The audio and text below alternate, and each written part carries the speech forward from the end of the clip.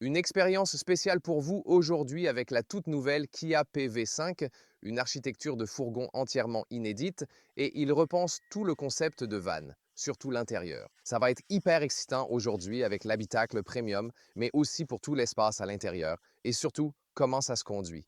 On est en Corée aujourd'hui où cette voiture est fabriquée. Je suis Thomas sur Auto Je Fuel en 4K, plein écran et en intégralité. Allons voir l'avant qui a un look très atypique, mais on voit bien que l'avant est totalement fermé comme sur une voiture électrique. Là, tout à l'avant, il y a la prise de recharge. AC et DC, 10,5 kW en AC et jusqu'à 150 kW en DC selon la borne de charge. 10 à 80% en 30 minutes. La batterie de 71 kWh existe aussi en 51 kWh pour les versions destinées aux passagers. Il existe aussi une version cargo avec une variante d'entrée de gamme plus petite. Batterie, ici la plus grosse disponible et le moteur plus costaud, 163 chevaux, 10,6 secondes au 0-100, traction avant. Jolie signature lumineuse et contraste noir-blanc pour la présentation d'aujourd'hui. La dernière fois en studio, c'était le véhicule bleu, vraiment original. Il offre un habitacle spacieux et bien pensé, idéal pour les familles. Longueur 4,70 mètres, 185 pouces, concurrent notable, le VWID Buzz, aussi en empattement long avec la version longue. Celle-ci, elle n'existe que sur cet empattement. Porte coulissante, soit manuelle, soit électrique. On vous en montrera bientôt. Et à l'arrière, la caisse rectangulaire classique pour gagner de la place à bord. Et ils ont encore une fois ce look très moderne. Là, on voit bien la signature lumineuse. Donc oui, extérieur cubique pour maximiser l'espace intérieur, mais l'agencement reste très moderne, fonctionnel et agréable. Que ce soit le groupe motopropulseur ou le centre de gravité bas, batteries en bas, c'est un avantage dont profitent surtout les fourgons. Et j'ai vraiment hâte de le conduire aujourd'hui pour voir s'il se comporte plutôt comme une voiture ou comme un véhicule utilitaire et m'en faire une idée. Parce que, comme je le disais, ce n'est pas que la version passager, aujourd'hui on s'y concentre, il y a aussi la version cargo et même un pick-up. Et il propose aussi des solutions sur mesure, par exemple pour l'accès au fauteuil roulant, etc. Allons jeter un coup d'œil sous le capot. Oh, il est tout petit, plutôt sympa. Ici, il n'y a pas de frunk. En revanche, on trouve un tout petit capot à l'avant. Il cache par exemple la batterie 12 volts là-dedans. Du coup, il laisse cet avant tout court. Ça aide pour la maniabilité. Et ouais, il y a vraiment assez de place à l'arrière, crois-moi. Bon, passons à l'intérieur, ça va être super excitant. D'abord de série, la clé qu'il y a ici. Elle est sympa, aussi blanche et assortie au véhicule. Les poignées de porte sont très massives, elles paraissent de bonne qualité. J'aime et bon claquement de porte. C'est aussi important pour une camionnette. À l'intérieur de la porte, c'est très intéressant. Il y a une ligne de fenêtre unique qui donne une bonne vue de l'intérieur vers l'extérieur.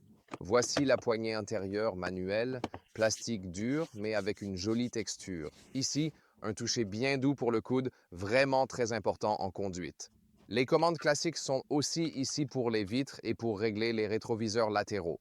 Ici, la poignée intérieure, tout est compact et solide. Beaucoup d'espace ici pour les bouteilles et la partie basse du compartiment. Et cette marche facilite grandement l'accès à l'intérieur. Sièges électriques, soutien lombaire et réglage avant-arrière. Ici aussi, c'est l'Optotrim. Bientôt, plus d'infos sur les sièges. Tu vois le simili haut de gamme, perforation et tout ça. On va déjà tester un siège ici. Et comme je l'ai dit, je m'y installe facilement. J'adore ces vannes pour leur position de conduite bien droite, super. Ma taille est de 189 cm, il reste beaucoup d'espace. Très beau tissu au plafond. À première vue, deux autres détails. Une poignée vraiment jolie ici pour monter, descendre ou s'y accrocher. On a l'impression d'être dans une voiture normale et haut de gamme. C'est ça le côté sympa, non? Mais la position de conduite droite, bien sûr, est plutôt façon SUV, confortable, et le volant se règle en hauteur, avant-arrière, bon réglage général. Allons voir plus en détail les sièges et l'habitacle. Très important, les vitres latérales avant sont feuilletées. Et voilà ce que je veux dire. Bienvenue dans le cockpit du Kia PV5. Fini le temps des fourgons costauds et basiques, c'est bel et bien terminé. C'est vraiment une expérience premium, à commencer par les sièges en simili-cuir haut de gamme. Perforation, chauffant et ventilé ici, regarde ça. En plus, c'est moelleux au niveau des ischions, excellente qualité de fabrication, et ici non perforé, Ça en jette, ils sont super confortables, la base est en tissu à l'intérieur. Du simili-cuir à l'extérieur. Et ici, l'option tout en simili-cuir en bleu marine. Différentes couleurs dispo. Vraiment top. Et sur le marché coréen, ils adorent la ventilation des sièges. Vraiment beaucoup. On dit que sur le marché coréen et peut-être d'autres marchés asiatiques, une voiture de luxe sans siège ventilé n'est pas considérée comme telle. Intéressant, non? Celle-ci en est déjà équipée. Un accoudoir supplémentaire, lui aussi tout doux pour le coude. Vous pouvez le ranger si ça ne vous plaît pas, mais la plupart du temps, je l'utiliserai. La seule limite, c'est ici, quand je veux avoir le volant dans ma position la plus confortable, un peu plus bas, pour pouvoir poser le coude à gauche ou à droite. J'ai un souci ici avec mon genou à cause du levier automatique placé trop bas. Sur certains SUV Hyundai, Kia, ça arrive avec de longues jambes. Donc je dois remonter un peu mon volant et aussi que le volant soit de bonne qualité avec les boutons et tout. De vrais boutons au volant pour la molette de volume, par exemple. Les marchés européens auront aussi une touche d'accès rapide qui permet de désactiver l'alerte de vitesse. Je m'attendrai à ça au moins, on l'a vu sur d'autres nouveaux modèles Kia, et aussi à gauche pour le régulateur de vitesse pour le régler. Commande classique autour du volant et un volant en matière non animale agréable au toucher. Encore une fois, haut de gamme. On peut appuyer ici, c'est aussi moelleux, en dessous comme des surpiqûres intérieures. Vraiment une excellente qualité de fabrication dans le segment des vannes. Nouveau système multimédia 13 pouces pour Kia, fonctionnant sous Android. Et c'est spécifique à cette plateforme commerciale ici. Et la raison derrière, c'est que celle-ci est plus... Elle offre plus de fonctionnalités pour personnaliser votre expérience parce qu'ils disent qu'elle sera aussi utilisée par d'immenses flottes à grande échelle. Mais aussi la version cargo, comme je l'ai dit plus tôt, et ils souhaitent en plus pouvoir y disposer d'une interface de flotte entièrement personnalisée. Et c'est justement pour ça qu'ils ont opté pour un back-end Android ici. Ça ne veut pas dire que tous les autres Kias l'auront forcément. Donc ça peut rester propre à celui-ci. Ici, par exemple, il y a le GPS intégré. Ensuite, les réglages d'énergie, clim, marche, arrêt et partie basse, c'est encore le menu d'accueil. En appuyant, tu ouvres la clim pour activer aussi le ventilo et le chauffage des sièges. Je n'ai pas de bouton séparé pour ça à l'avant. Ce que j'apprécie d'habitude chez Honda et Kia par exemple, mais bon, c'est relativement facile d'accès. Et en bas, t'as aussi la climatisation du coup. C'est plutôt petit. Une chose que je n'ai pas ici, c'est qu'on n'a pas de bouton physique pour la climatisation. La plupart des autres Kia en ont, mais pas celui-ci. Une fois que c'est tout nettoyé, il reste encore quelques raccourcis disponibles. Par exemple, ici, pour les portes électriques en option, de série, portes coulissantes électriques en option. Ici, à gauche et à droite, par exemple, des ports de charge USB-C 100 watts, c'est puissant, non? Ensuite, vous avez la recharge à induction, mais là, elle n'est pas ventilée. Et puis en bas, il y a beaucoup de rangements disponibles ici, par exemple du matériel photo. Ce rangement se tire. Voilà. Et ici, le tableau de bord. Il n'est pas mou, mais il est vraiment bien structuré. Donc ça va. La boîte à gants s'ouvre sans amortissement. Elle tombe d'un coup, mais reste quand même assez spacieuse. On pourrait mettre pas mal de trucs là-dedans, un bon espace de rangement pour le chauffeur, et on a aussi un petit casier ici devant. Il y a un autre espace qu'on peut ouvrir, et ici, encore du rangement en plus. C'est vraiment très utile d'avoir plus de rangement ici, et dans la console centrale, des porte-gobelets adaptatifs. 2 points seulement, mais adaptatifs pour taille, rangement ici et là. Et ici, la vraie prise de charge supplémentaire, utilisable aussi par l'arrière, sans difficulté si besoin. Alors c'est plutôt intéressant en fait. Intégration CarPlay, ça marche bien. Et maintenant, on passe à la vue du conducteur. Là, encore une fois, les belles molettes sur le volant. On peut aussi configurer des boutons personnalisés ici. Elles permettent de faire défiler les instruments numériques sur le côté gauche, par exemple comme ça. Plusieurs vues sont disponibles et affichent, par exemple, la consommation en ville à ce jour. Là, ce sont des kilomètres par kilowattheure. C'est donc comme un MPG en kilomètres par kilowattheure. Ici, l'autonomie en ville. Mais cette autonomie en ville sera bien sûr plus faible quand vous roulerez sur l'autoroute. Et ici, d'ailleurs, encore une fois, comment on ouvre ce vide-poche avant avec une autre prise USB-C sur le côté aussi. Les instruments 7 pouces sont très lisibles, comme ça, Ici, on peut aussi activer ou désactiver l'aide active au maintien de voie.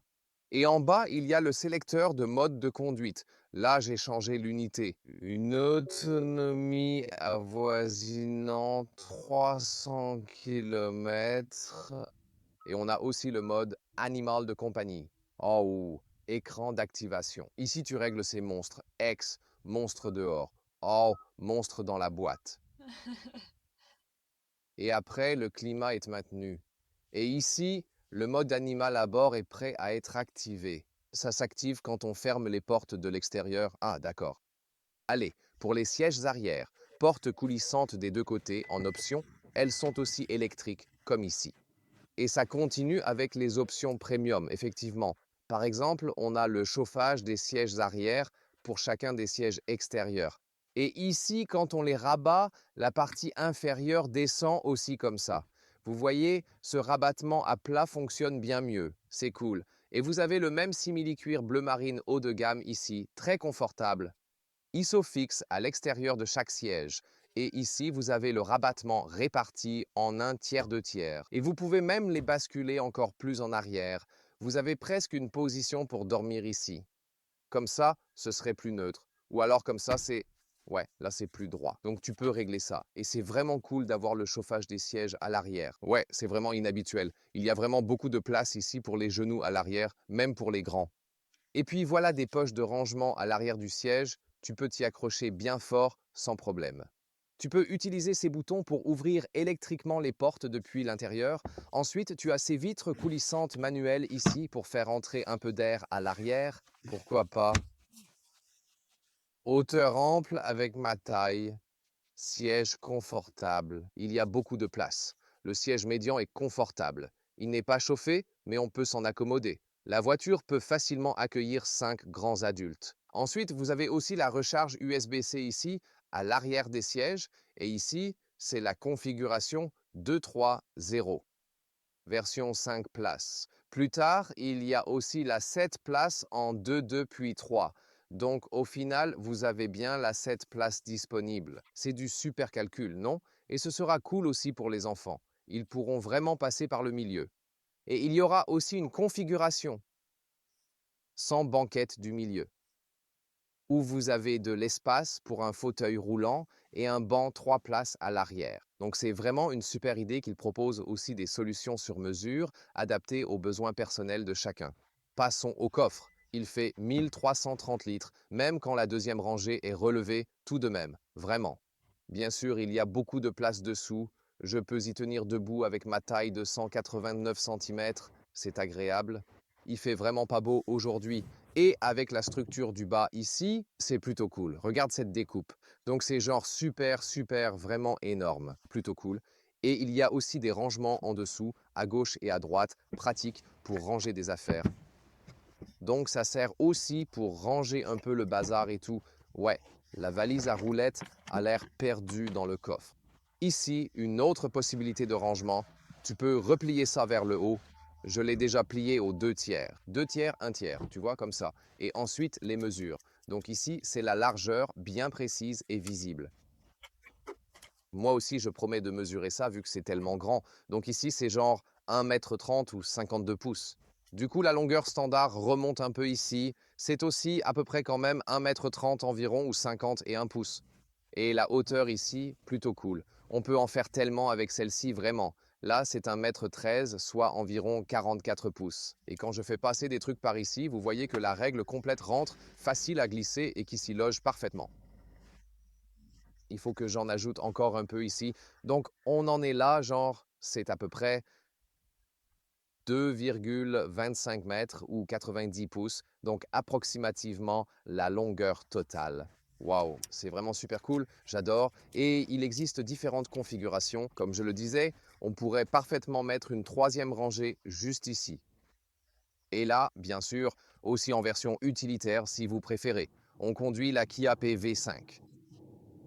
Voilà cette nouvelle architecture de fourgon moderne et modulable, et on l'a aussi ici en version coréenne également.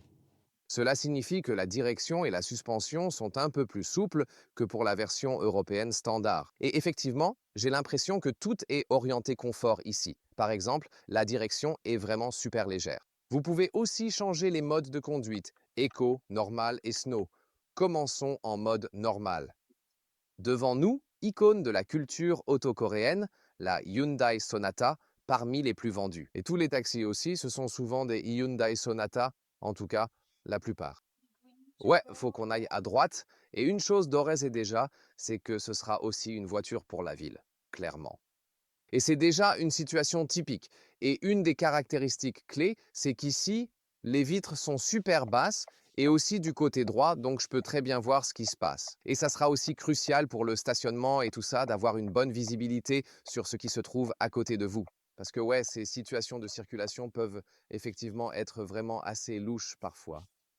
Et même s'il se passe tellement de choses autour de nous, on se sent vraiment calme, parce qu'au moins à basse vitesse, le niveau de bruit est nettement plus bas. Vraiment bien, donc c'est raisonnablement silencieux. Et puis on reste aussi calme. Des jantes de 16 pouces ici, je veux dire. J'ai rarement eu une voiture neuve avec d'aussi petites roues et je trouve que c'est une mauvaise tendance que les roues deviennent de plus en plus grandes et comme on n'a que des 16 pouces, ça augmente aussi le confort de la suspension, ce qui se ressent vraiment et clairement à l'intérieur. Et encore une fois, voici la rivière Han. La rivière principale de Séoul. Ici, on peut faire un premier coup d'accélérateur. Allez, on vise genre 50 à 80. On y va! Wouhou, c'est ça. Je veux dire, c'est un véhicule électrique. Là, tu as en général une accélération instantanée, et c'est exactement pareil pour ce fourgon ici.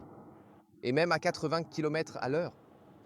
Il n'y a aucun bruit de vent gênant ou quoi. On a ces grands rétros latéraux, mais de l'extérieur, on n'entend presque rien. Je veux dire, la batterie de 71 kWh qu'on a ici dans la version plus grosse, couplée aux 163 chevaux en traction avant seulement, ça suffira pour se déplacer sans aucun souci. Ici, par exemple, cette voiture a surtout roulé en ville et elle atteint alors une autonomie de 400 km, soit 250 miles. Ce ne sera pas le cas quand vous roulez vraiment à 100 à 130 km par heure sur l'autoroute. Là, ça va réduire l'autonomie de moitié ou quelque chose comme ça. Vous savez, il faut juste en être conscient.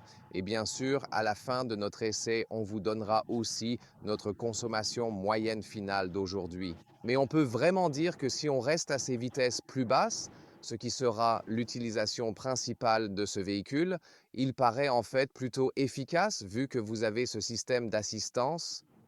La caisse du véhicule n'est pas la meilleure valeur de CD, bien sûr, il faut compter des consommations élevées sur autoroute à haute vitesse. Ce serait aussi un des éléments cruciaux dans la différence avec le VWID, Buzz donc je pense niveau conduite. Ils profitent tous les deux de la motorisation électrique, surtout qu'on a conduit la version européenne de l'AID. Buzz, l'Europe est le principal marché, l'AID. Buzz a une suspension bien plus raide et je supposerai la même chose pour la comparaison européenne. Ils montent aussi des roues plus grandes sur la plupart des versions. Celle-ci, comme je l'ai dit, est en 16 pouces, ce qui est franchement correct pour un fourgon, à vrai dire.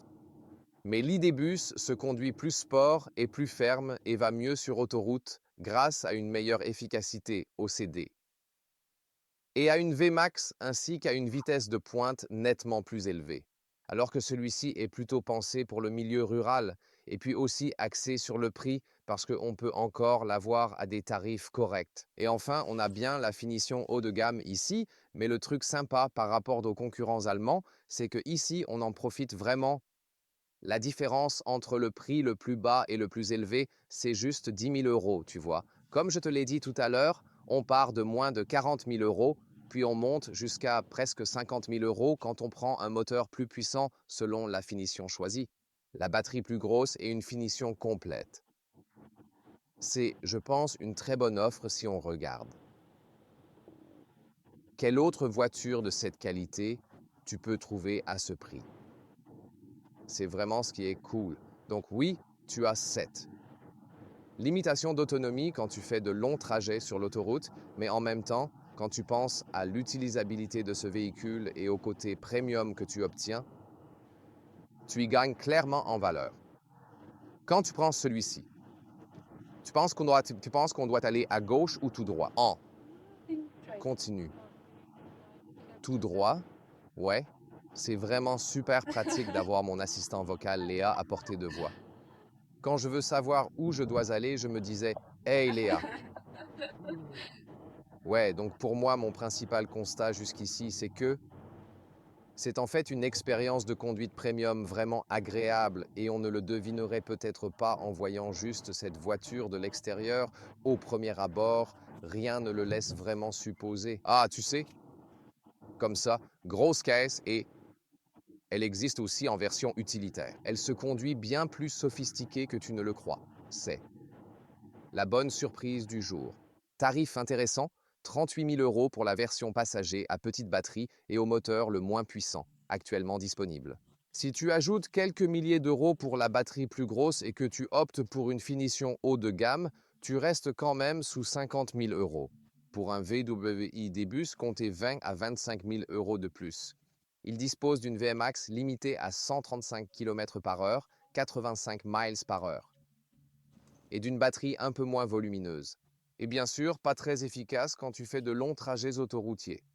Ici, on pourrait faire genre 20 à 23 kW par heure sur 100 km aujourd'hui. Donc, on peut avoir en pratique une autonomie réelle d'environ 300 km, 180 miles à peu près, quelque chose comme ça. Mais ça, c'est toujours à basse vitesse. Dès qu'on roule plus vite, ça tombe plutôt dans les 200 km, 125 miles, quelque chose comme ça. Tant désagréable aujourd'hui, j'espère que l'expérience vous a quand même plu. Dites en commentaire ce que vous pensez du PV5 de Kia. Découvrez l'épisode découverte de la Kia EV5 ou regardez l'épisode studio de ce PV5 pour d'autres versions.